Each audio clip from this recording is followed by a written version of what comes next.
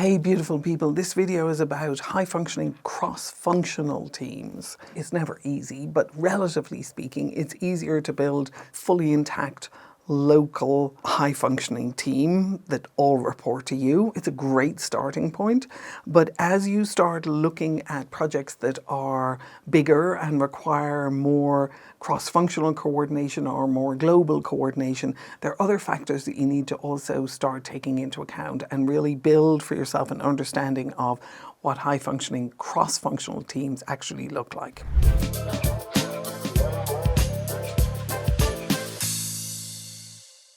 So cross-functional teams can either accelerate outcomes or they can stall in misalignment and distrust. As you start looking to build cross-functional teams, then building trust and understanding how to build executional fluency across boundaries is really important. Most cross-functional teams never really meet their full potential. I want to talk about why. And there's a coordination habit that actually can help build velocity both in intact teams and in cross-functional teams. When you work with cross-functional teams, one of the most important things that you can do is recognize that teams are speaking different languages. They haven't worked together before in the past, more than likely, and they haven't built a shared understanding of what done work looks like for them, what standards they're going to work to together, how it is that they work, the cadence of the work that they do.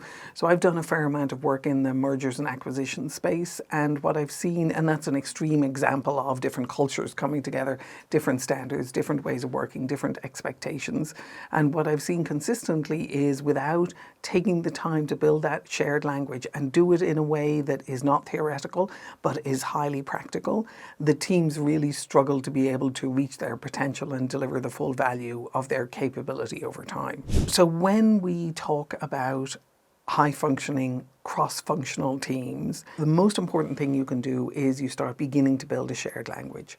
And part of that shared language is an understanding of who's really responsible for the work that's being done. And by that, I don't mean the DRI, the directly responsible individual. What I mean by that is the customer. And the reason why I'm insisting on using the term customer is that a customer is someone who's committed to being satisfied. So if I'm asking for something from another team, then I need to build a level of trust and relationship with the person on the other team to where they can recognize that I'm the customer and I'm helping them understand what it's going to take for me to be satisfied with what I'm asking them to do as the customer. Now, what it also takes is that you as the team lead, and I'm assuming that you're the team lead in here, or you will be the team lead in here, but you as the team lead are also beginning to establish those kind of relationships with the head of the cross-functional team. I have a client who has very successfully built partnerships internationally and cross-functionally over a period of years. And what he's done consistently is he has established what that relationship looks like. When he has someone who is his customer for a certain amount of work that needs to be done, he's clear with them that they're the ones that he is looking to satisfy.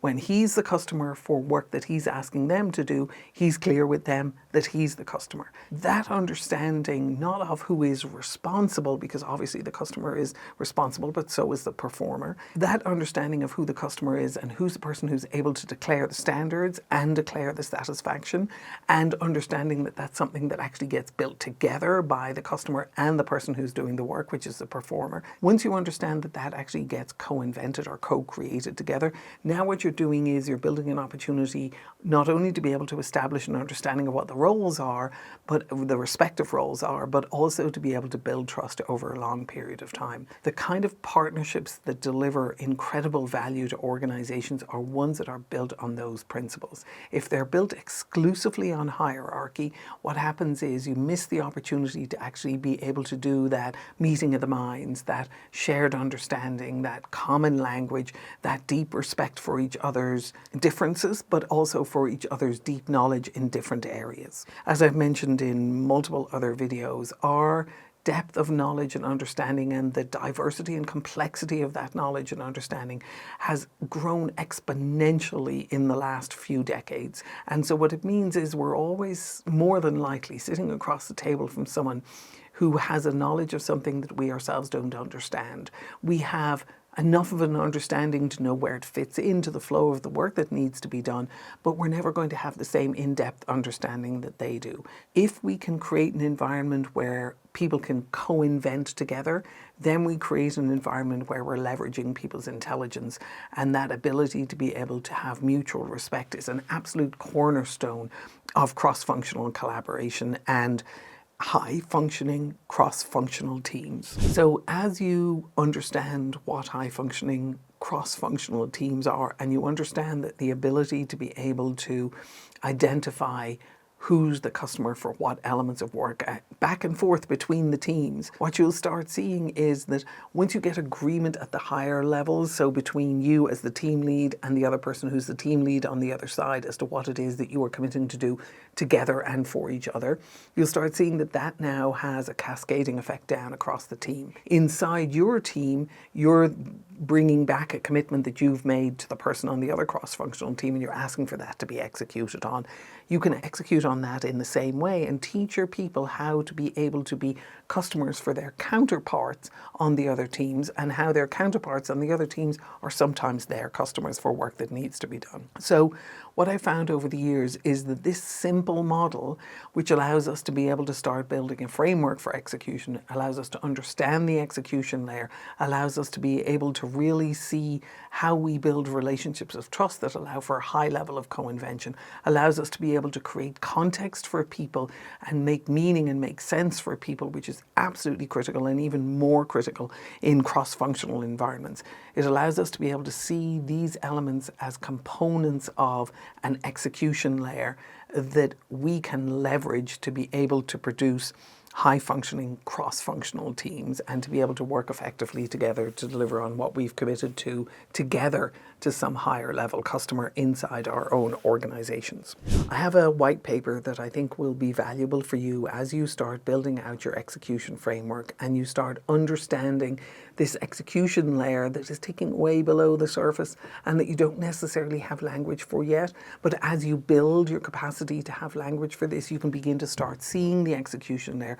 You can start designing for the execution layer. You can see how the execution layer doesn't care about boundaries across the organization. Our hierarchical structure cares about the boundaries, but how work gets done when it comes to cross-functional work, the execution layer is going to thread through multiple different functions within the org, and it's going to allow you to be able to see how you can build cross-functional capability and how you can extend and amplify the value your team can bring and the value you can receive from other teams by actually intentionally designing cross-functional capacity and cross-functional programs and projects across your org.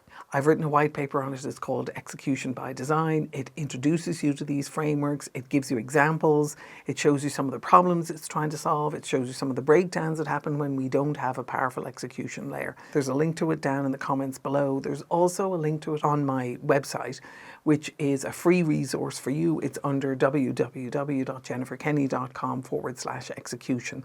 It'll help you start thinking about execution in a different way that will allow you to be able to see how much easier it is to have high-functioning, cross-functional teams when you have an understanding of how coordination and execution really happen. As you go about this, let me know how it works for you. I hope the white paper helps you. I hope this video helps you. I've got a number of other series in this video which I think will help as well, and I wish you the very best of luck. Cross-functional teams are hard to do, but when you pull them off, they are fantastic. Wish you the best of luck and take care.